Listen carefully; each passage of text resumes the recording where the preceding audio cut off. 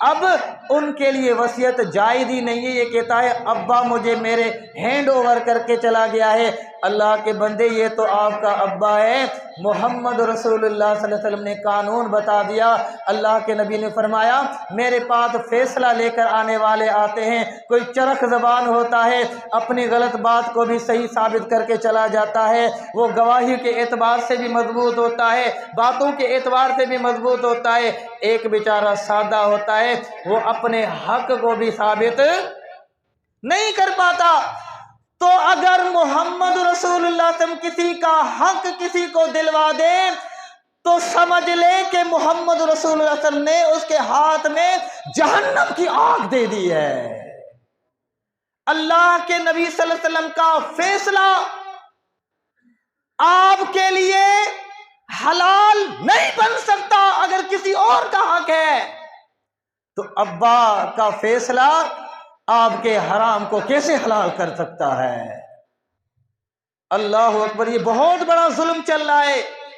میں کہتا ہوں کہ رشتوں ناتوں میں زیادہ سے زیادہ جو کمیاں ہیں، کوتاہیاں ہیں یا محبتیں کم ہو گئی ہیں، ان میں سب سے بڑا ریزن یہ ہے، سب سے بڑا ریزن یہ ہے کہ ہم حقوق تلفی کرتے، حق تلفی کرتے، اور نمازیں بھی جاری ہیں، عبادتیں بھی جاری ہیں۔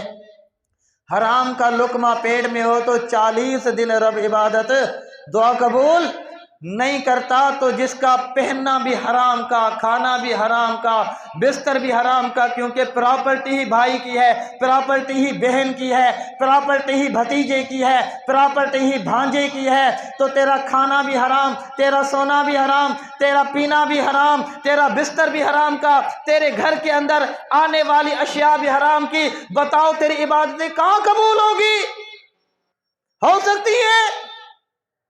اللہ اکبر کبیرہ، یہی بھتیجے بھانجے، یہی چھوٹے بھائی اللہ اکبر کبیرہ فریادی بن کے قیامت کے میدان میں کھڑے ہو جائیں گے اور کیا کہیں گے؟ قد اکل مال ھذا، اللہ اس نے میرے مال پہ ناجائز قبضہ کیا تھا۔ کوئی کہے گا اللہ اس نے بے گناہ میری عزت کو داغدار بنایا تھا، میرے اوپر تہمتیں باندھی تھی۔